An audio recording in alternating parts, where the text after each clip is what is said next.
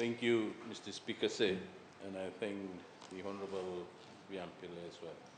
Mr. Speaker, Say, at the outset, let me restate that this initiative which we have embarked on as a ministry is known as Youth Farm Program, which was launched at Nassau Youth Training Center in Singatoka, July last year. Mr. Speaker, said this program is meant to deal with unutilized land which is given to youths for agriculture purposes. Mr. Speaker said the program focuses on improving the livelihood in the community, family food security, and providing employment. Mr. Speaker said this is an area of challenge, but as an all-government approach, we are turning into areas of opportunities.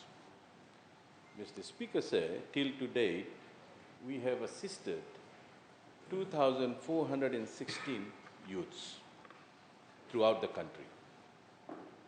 And at this juncture, Mr. Speaker said, I wish to thank the staff from Ministry of Agriculture, Ministry of Forest, and Ministry of Fisheries, and of course my ministry staff, for the success and progress of this program.